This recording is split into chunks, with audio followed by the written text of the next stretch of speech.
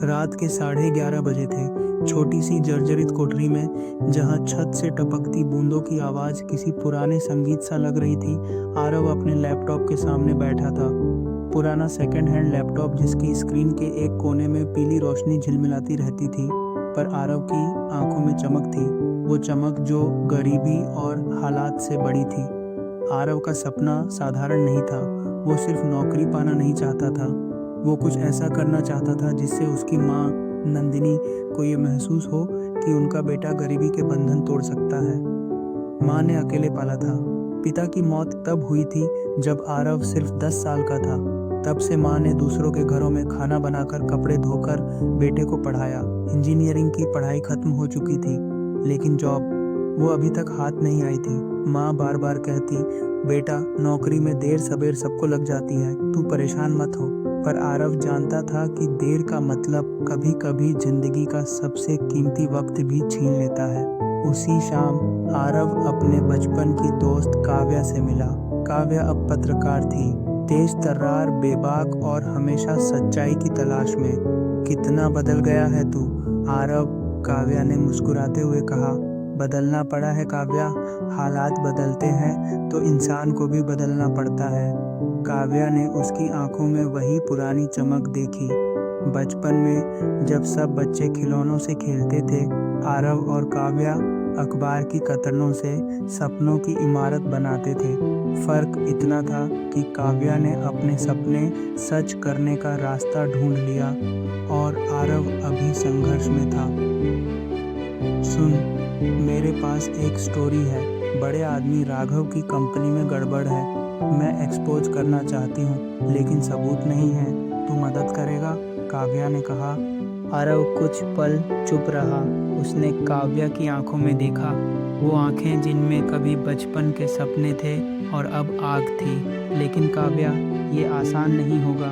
राघव सिर्फ बड़ा आदमी नहीं है, उसके पीछे राजनीति और पैसे की ताकत खड़ी है। काव्या हंसी। सच्चाई कभी आसान नहीं होती आरव, लेकिन अगर तुझमें अभी भी वही हिम्मत है तो हम कर सकते हैं। आरव ने गहरी सांस ली।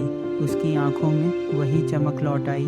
ठीक है, मैं तेरे साथ हूँ, लेकिन ये लड़ाई सिर्फ तेरी स्टोरी की नहीं होगी, ये मेरी जिंदगी की भी होगी। Thriller track. आरव और काव्या सबूत इकट्ठा करते हैं, उन्हें खतरे का सामना करना पड़ता है। Emotional track.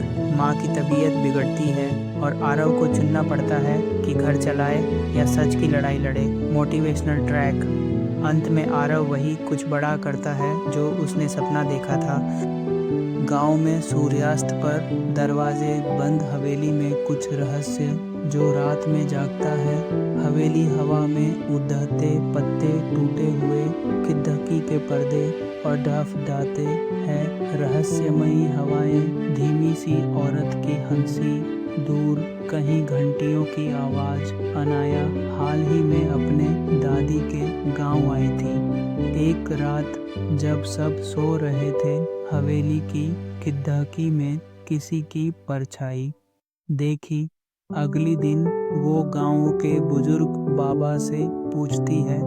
बाबा कांपती आवाज में, बेटिया, वो हवेली तामसी आत्मा का घर है, वहां मत जाना।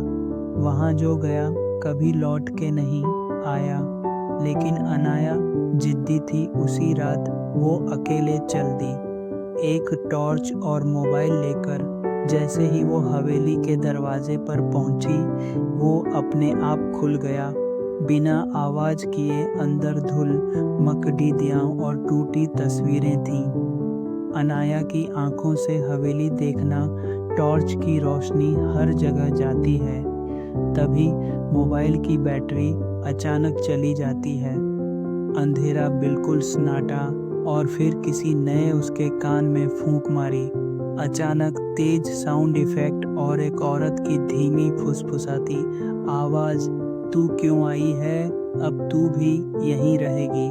अनाया चीखती है और भागने लगती है, लेकिन दरवाजा बंद हो चुका होता है। हवेली की दीवारों से काली परछाइयां निकलने लगती हैं, फर्श से हाथ उगने लगते हैं तभी एक पुरानी चीकू बंदर और जादुई टोपी। जंगल के हृदय में चीकू बंदर एक चमकदार टोपी पर ठोकर खाता है, जिसका आकर्षण उसे और करीब बुलाता है। जिज्ञासा से आकर्षित चीकू बंदर रहस्यमय टोपी उठना है, उसकी आंखों में आश्चर्य की भावना भर जाती है। जैसे ही टोपी चीकू बंदर के सिर पर जमती है, जंगल में एक जादुई आवाज गूंजती है, जो कोई भी सच बोलेगा उसे इनाम मिलेगा, लेकिन जो कोई झूठ बोलेगा उसे भारी नुकसान होगा। जंगल की रात के हृदय में हवा में बुनाई करते हैं, जो परिदृश्य पर एक जादुई चमक बिखेरते हैं। जुगनू ने चीकू बंदर को टोपी पहने देखा। उसके सामने दौलत का सपना साकार हुआ। अंधेरे की आवरण में जुगनू टोपी छीनता है और फुसफुसाते हुए, अब मैं झूठ बोलूँगा और सभी से इनाम लूँगा, हा हा हा। जंगल के दिल में जुनून ग्रामीणों के सामने खड़ी है। जादुई टोपी उसके सिर पर टिकी हुई है। जुगनू ने बहादुरी से बोलने की कोशिश की, मैंने कल एक बकरी बचाई और एक पेड़ लगाया। जादुई टोपी फट